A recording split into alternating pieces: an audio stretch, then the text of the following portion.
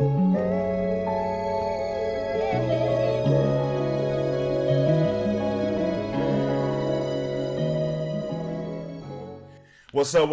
up, everybody? And we're back. And this is the Transition Podcast, Man to God. And I'm your host, Mr. Rashad McCants. And I'm here to let y'all know I got another special guest today. And all of my special guests, as you all know, are ecstatic, excited, and ambitious to be here and talk about what they have going on, the testimonies, the transitions in life, and also the expertise. You know, a lot of the guests that I have are experts in their fields. And today we have another special guest, which is a friend of mine, also a personal barber, Mr. James Gaston, out of Las Vegas, Nevada, but also for originally from California, Los Angeles. And for James, I'm just, you can unmute yourself on the mic. And I want to let him know that I appreciate him coming on the show and everything that's going on right now and in terms of the world and society. For somebody to have time to come on the show and spit some real stuff is also commendable. So I want to introduce James to everybody and let him talk about, his background, how he got into being a barber, and what makes it so special, for men's grooming. My How man. y'all doing today? What's happening? My name is James from the Killer, California. Just here supporting my boy Rashad, man. We do a lot of talking. We do a lot of talking when I'm cutting his hair. We do a lot of talk. We talk about everything, real stuff, real man stuff too. Real talk, real talk. So tell them about where you started the passion for barbering and being able to cut hair. Well, I'm old school. I was born in the '70s. I grew up in the '80s, so I grew up with the birth of hip hop. So me looking at dudes like Big Daddy Kane and all these East Coast rappers with their flat tops and something inside of me, I understood what I was looking at from the jump. I can't explain it, but I just understood what I was looking at. Something told me I could do that. Right. And being so much into hip hop culture, we was getting our haircuts from my grandfather, and we tearing us up out, and we crying and fussing. With the bowl cuts. My grandma one day came in the house, threw a pair of clippers on the bed and said, do it yourself. You ain't got to complain no more. And that was my blessing, man. And ever since then, I just been getting it in, man. I can't see myself doing anything else. I really love what I do. I really have a strong passion for what I do. Right. I love the relationship I build with people. I love the conversations we have. I love the camaraderie in the barbershop. I love the freedom I have, being able to connect to people. Yeah. Being able to see what a haircut can do for somebody. Wow. It goes a long way. During the pandemic, it made it very clear to me during the pandemic how important grooming is to the average person. Yeah. Even to the people that don't really think about it. But during that pandemic, when everybody was on lockdown, the one thing I noticed on social media was everybody was looking for their barber. Yep. No matter what was going on, they was looking for their barber. They wasn't looking for no cure for that damn COVID. They was looking to get a haircut. And if you think about that part, why is everybody looking for a barber? Because social media became the forefront of their existence, and their appearance is now the most important thing. I got to get a haircut because I ain't going nowhere and nobody gonna see me physically, so I can manipulate the way I look. I'm already knowing, man. And I just need a good cut for that. Absolutely, it's a big deal, man. I actually appreciate the love I get being a barber. Just in casual conversation, meeting somebody, I could walk up to a stranger in the street and get to talking, and they'll look at me crazy as ever until I say, "Well, I'm a barber. I cut hair." Then the whole dynamic changes. Oh man, those are things I've recognized over the years. So I have a great appreciation for what I do. So let's talk about the hip hop culture, the style, like you said, the Big Daddy Kanes, the high top fades, the house parties, crisscross, being able to, etch names in the back of the heads and all pictures and all that kind of stuff. Talk about that culture and how it was influential to cutting hair, because I think you know, as we were growing up as kids coming up, that was a fresh cut take you a long way with the A girls. long way. Even in school, when you're looking at the teachers looking at you a certain way, you don't Absolutely. look dusty. You don't look like Absolutely. a hoodlum. You don't look like a Absolutely. thug. You groomed fairly well, and you get a Absolutely. different. You know what I'm saying? You get a different vibe. You get a You're different right. approach from people. No, you're right. Well, you know, us black folks, we got a different swag going on. So our grooming has a lot to do with that. I was raised with my grandparents, my grandfather and my grandma. They was very old fashioned, so I was raised in the old fashioned lifestyle. And one thing my grandfather used to always tell us when we was young was, you know, us black men, we have to represent ourselves a little bit different than everybody else when we're out in public. So it was very important for us to always look the part, always look clean, Mm, always dress nice. Um, that's something that he instilled in me that stuck with me. Although at the time I wasn't paying attention to him. I'm just a, you know, a little young, cool, swagged out little Negro, thinking I'm cool as shit, you know. But then as I got older and matured a little bit more, learned some things, got a little bit more awareness and consciousness, I started to understand what my grandfather actually was meaning by saying that. mm-hmm. It's very important to us as black men and how we represent ourselves more so than everybody else because of how much is being thrown out there about us, all the Right. negatives. So we are battling up against a lot when it comes to just a simple grooming. Mm. And that's big when you talk about um, perception in the world. Absolutely. You know, Absolutely. and you know, getting into the whole barber conversation about the craft of it. You know, there's Right. also a certain craft behind being a Absolutely. barber outside of being outgoing and outspoken and being able to have conversations with your customers, but Right. being sharp, you know, being Absolutely. a good barber. Talk about what it takes to get that experience on, you know, your first couple haircuts. I And get then, you. you know, for me, because my mom was 35 years in cosmetology and she worked in barbershop, so I Got got you. firsthand, you know, understanding of not I only how to get it. cut my hair, how to cut other I get people's it. hairs, but that feeling, you know, when you actually cut someone's hair, how it makes me feel as a barber that I did a job that I was supposed to do. But then, you I know, there's got you. not always a success story behind it. There's also, man, I messed that man's hair up. No, oh Man, man. I Oh messed his yeah. hairline up. Yeah, yeah. You Talk get that, about man. that. Well, look, I had God. Let me put it this way: God blessed me with a talent. I can't explain how I'm able to do what I do. My instructor in barber school, one thing he said to me that really stuck, and I always repeat this to the other barbers and new barbers, is he says you have to practice your barber eye. So what you see is what other people are not going to be able to see. Ooh, Um, okay. like I've been doing it so long now that I can see the haircut before I cut it. All right. I actually see the lines and see the fade before I even touch his head. So I believe that's a skill I acquired over the years of cutting for so long. Um, it is a practice makes perfect. It becomes robotic. So it's almost like being able to do with your eyes closed just because I've been doing it for so long. All right. Um, it's really paying attention to what you are doing, knowing your equipment, knowing what your equipment can do and cannot do. It's just like in construction, you are only worth your equipment. So, Mm. you know, the better equipment you have, the more skilled you are with the equipment, the better off you're going to be.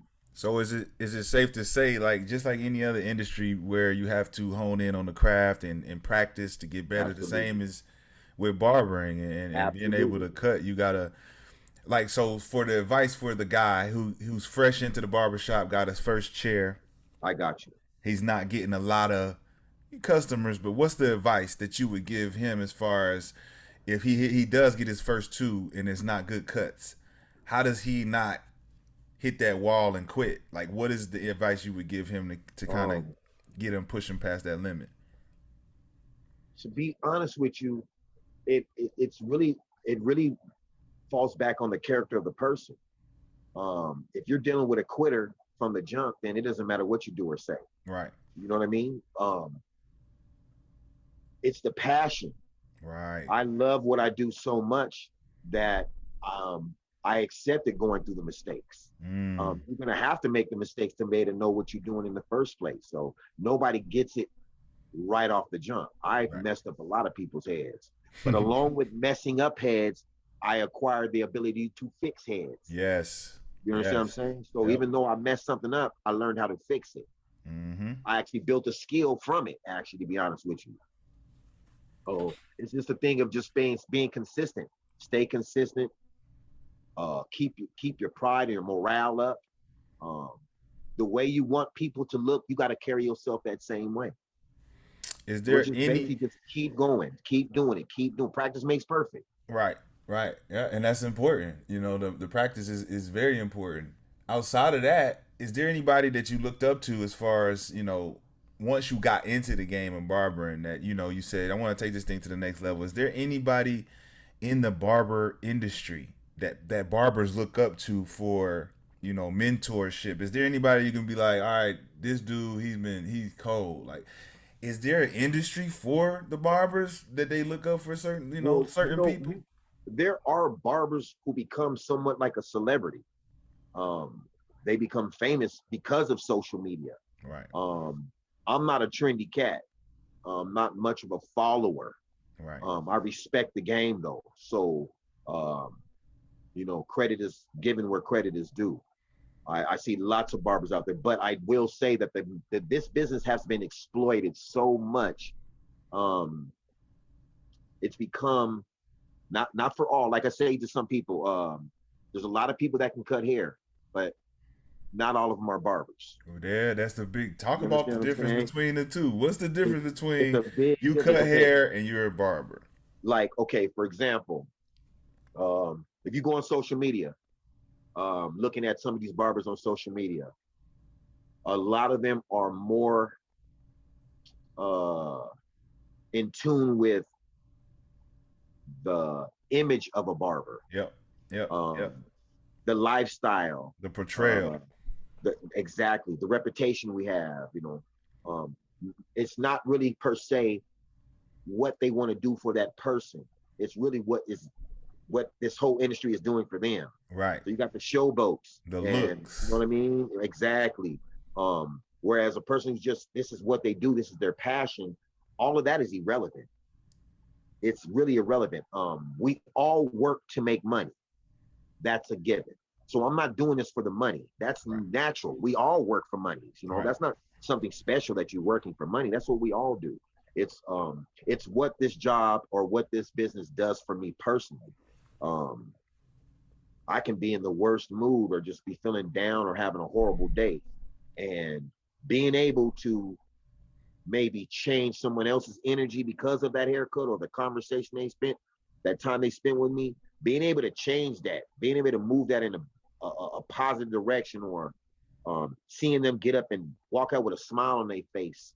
Um, I've seen people, even kids, walk in that shop like, this is the last place I want to be. Yep. I don't even feel like being like, the worst or whatever they got going on the outside. They bring that energy in there with them. All right. Sit down. They might even talk to you, might even have a conversation. Yep. Some of them have that conversation, but they might even have a conversation. You sit there and give them that nice, clean cut. And as soon as they take that mirror and look at themselves, their whole demeanor, energy, everything changes. That is remarkable to me. Yeah. That That's is. probably the most remarkable thing in this business that I can attach myself to is the reaction I get from the people when I'm done doing my work.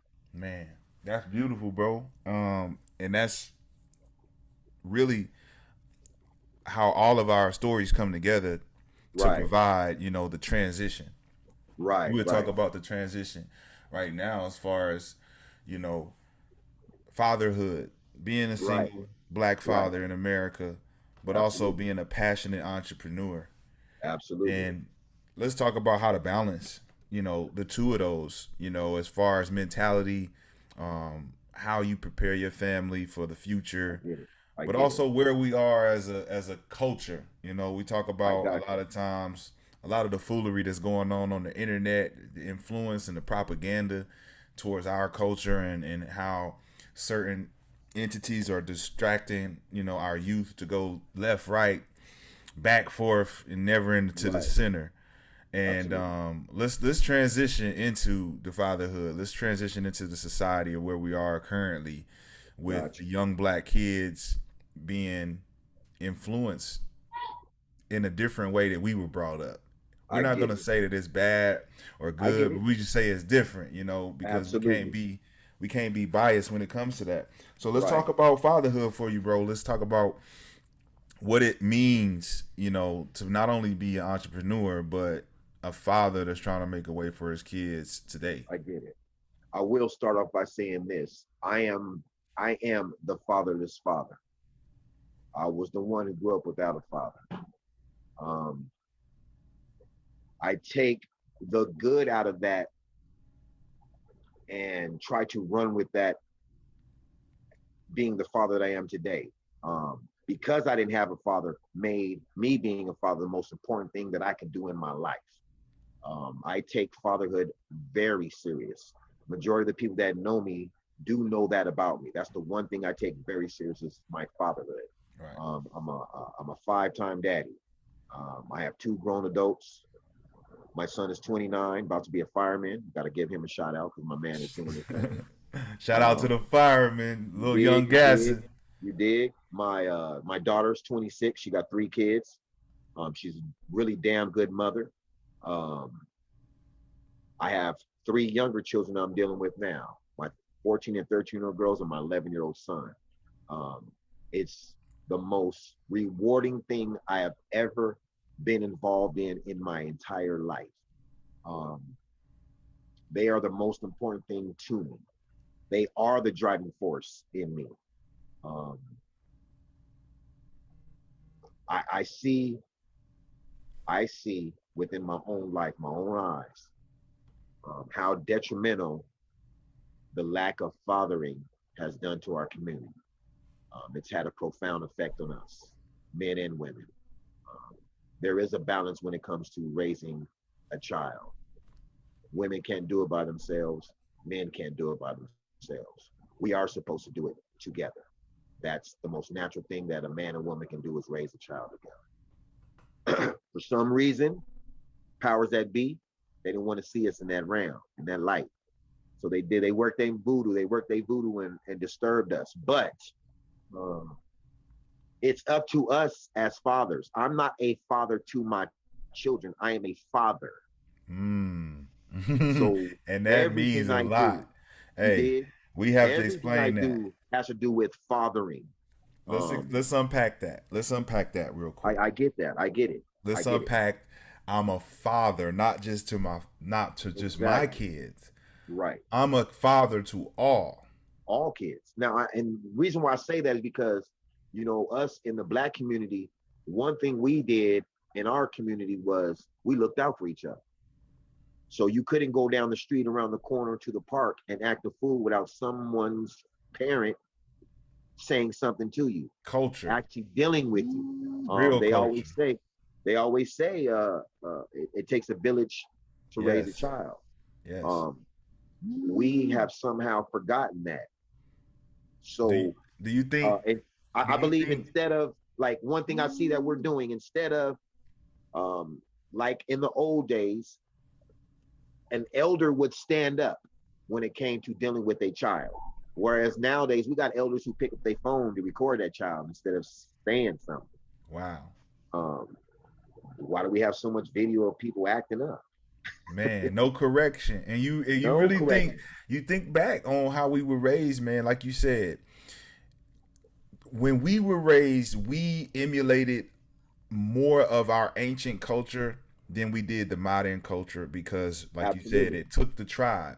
When we were in the Absolutely. hood, you were around the corner, my mom Yep. at work, my daddy at work, but Miss Exactly. Lorraine down the street that sell the Exactly. ices put me in my Exactly. place, and then Exactly. went up to my house when my mama came home and told my mama, "Yeah, I seen your son. I had to set him straight, and I letting Exactly. you know that yeah, he did this, he did that, and now I get a Exactly. second whooping Yep. from We from had that. from a mama." Yep. Absolutely. And everything was cool. We wasn't tripped. Nobody was tripped. We Nope. just knew we couldn't be bad around Miss Lorraine no more. And there was more love without even us realizing it. there was more love in our community than we are today. Because I was around back then, I could see the difference of where we are today. We're a long way from where we should be, but not too far for us to reach out and grab it.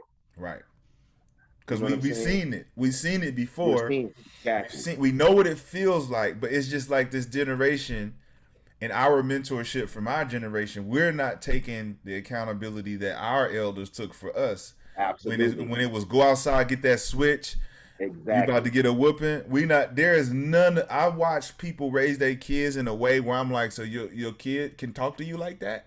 Oh my God. It's being in this barber business is another thing. I see it on the regular. I see it on the regular. We parents, I wasn't raised on negotiating with my parents. Never. There was no such thing as negotiations. Like, you know what I'm saying? It wasn't a democracy. It was a dictatorship. You You know, would. You barely got to ask questions. Period. come on, right? A side eye was getting knocked out. You know what I'm Halfway saying? through the question, you get the side out of shut Come on, up. come on now. Like, so, I mean, but I think the thing is with us today is we have a lot of people that are judgmental. Everybody's pointing fingers. Everybody's critiquing. Everybody's criticizing. But we're not hearing resolutions. No. We're relying on the government to do certain things for us, but government is not into resolving. No. And then we're talking about family issues. Um, no one can resolve family issues but family. That's it. So our family extends outside of our household. So the support we should be getting should be coming from ourselves. Yes. It's not an outside source. Outside source is not going to fix what's indoors. It's just not going to happen. It's an in-house issue, like we say, in-house situation. A black man's issue needs to be dealt with by black men. Man. And we don't Absolutely. understand that And we don't understand it. as black men, we've gotten away from. It's just like when you raising your kids and you want to spank your kids in the store now. Everyone now second guesses it because Everyone does. you got the child Everyone. protective You're right. services, You're and you're right. like, man, I can't even whoop my kids' ass the way. Right. Even the kids are getting smart to No, the you're point right. They know where it. you can't discipline them without them saying, "I'll tell my teacher." You know it. Hey, but check this out though. You ever notice? You know the black women got that look. You know, I've been in public with my grandparents, with my grandma, with the auntie, you know, so a female elder, and they didn't want to grab that belt or snatch us up, but they gave us a look clear across that fucking room. They gave us this look, and you knew, like, if I don't stop now, I'm gonna get that snatching. Like, they're gonna Man. snatch me if I don't stop now. And Like, and and we're in that this look was room. serious as ever. That was a serious, piercing Oh look. yeah, but we're in Them this eyes were, room come on, where man. I can't be whooped in this room because the people in here are important, and I don't want them to look at me Exactly. crazy. But the look I'm giving you from across the room Exactly. is when we get in the car, Absolutely. when nobody's around. With nobody around. Your ass is mine. You ain't kidding. That's exactly what it is. We lost that. But like I said, resolution. We're not dealing with the same type of man or woman or child today no more. So we are looking at things, we should be dealing with things differently. But like you I say, mean, we can't grab the whip and the switch and do all this no more. So we got to come up with a resolution. We got to come up with another way to deal with ourselves so we can come up out of this shit. well, you brought a great point when you said father to. I'm a father, not just a father to my kids. And that Right, says a lot in this instance because if I walk in the room, like currently, if I'm around another person's kid right. and they doing stuff that I'm looking at the parents like, hey, what you just gonna let them? Okay, so now I have to be a father. Absolutely. I have to now show them that what you're doing is not cool, even if your mama ain't never said nothing about Exactly. this not being cool. Come here, let me tell you why this is not cool. Exactly. That's an obligation. It is, and if you don't, if you're a man and that's not a part of your accountability to correct when you see it, it's not judgment. And I think that that's where we're becoming to get. you know, Most we're trying definitely. to see the gray line between judgment and correction. When you Absolutely. correct someone, they're doing wrong already. Exactly. And the You correction already comes from love. judgment. You don't know what's going on. It's just in the air. Like I'm not gonna judge Right. you because I I don't agree. know. I agree. I agree. I Correction. You're agree. doing it the wrong way. Let me correct you Well, correction comes from love from the beginning. from the When I don't beginning. care about something, I ain't thinking about correct. I don't care. Let them be. Right. But I care about myself. I care about my community. I care about my children. I care about the world that my kids are going to be living in. So, um, like I said, being a father does not stop in my household. We, as a nation of people, need to be fathered. Mm. We've been getting mothered for how long now? Man, don't go into that. Oh, he gonna Oh go man, into we've been that. getting mothered for a long time. We Now gonna go into that. We talking about fatherhood. You gonna bring these women into this? you know how it go. I'm not here to down nobody. I'm here to uplift my people. You Let's dig? bring them That's it. into it. Let's bring them I just want into to it. uplift everybody. But we've been raised by the woman for a while now. Yep. Not to downplay the woman because the woman has to do the job that she's allotted to do. I Yep. get it. And it's understandable. Just like if it was on the man, he can't do it himself. Although we're expected to do it by ourselves now. Being a single father, being a single mother, I get it. Yep. It's out there. But the role of the father has to be highlighted. Yes. It Yes. has to be. I see. Uh, I wasn't raised with the mother and the father. I was raised with my grandparents. Although I had a man and a woman Mm-hmm. example in my Mm-hmm. life, they weren't my mother and father. Right. So as far as what I had to learn about being a father, I had to pick it up watching other people that were fathers, paying attention to them guys who did have a daddy. Although it was rare in my circle of friends, I noticed it. To me, it stood out. Um, I was never shamed to ask the question, Mm. um, whether it was about a person and their fathering, or um, I ask an old man, he'd been married for 30 something years, 40 years, how'd you do it? Right. So answers come from questions. Absolutely. If we start to ask these questions and put these questions out, eventually the answers are going to start coming. Well, you think about this too. You said, we've been pacified by the woman for so long, and it has a lot to do with the nurturing effect with Absolutely. the millennials today. Absolutely. They are being over pacified and Absolutely. told to be overly emotional and so on and so Absolutely. forth. And what Get that out the does balance. is it interferes with fatherhood. Absolutely. There's When no you as balance. a mother, you're over nurturing. It's like when you see females with dogs. I see this all the time. The dog can't be tough if you always Hugging and kiss. He can't protect you. You can't right. protect you because You he's right. soft and all he You know right. is mm.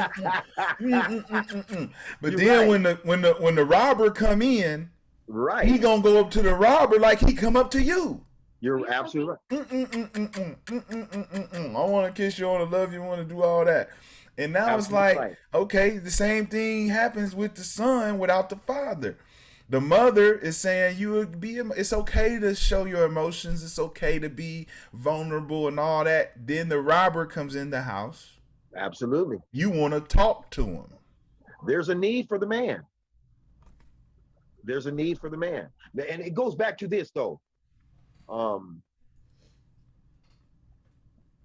you got to be a good man in order to play that role, to take on that role. You Yep. just can't be any man and take on that role. You got to be a decent man, just like a woman has to be a decent woman in order to take on that role. You're right. Um, it is a job, and it is a job that does require skills And preparation. and preparation. That's something we don't do. Neither is when it comes to being parents. We don't prepare. We just go along with it. We just do. Um, these are issues that we probably do need to talk more about amongst each other as men. And I don't mean it's as older men, younger guys, these younger dudes that are not fathers yet, uh, that are still in school, still dealing with social issues, and still dealing with their emotions, and still dealing with anger. Right. Those are the ones that we need to talk to and deal with. If we're going to get together and have these conversations with each other as men, then the resolution has to come with it. And we got to bring that resolution to the rest of the community. But it is a Man. joint effort. We have to do this together.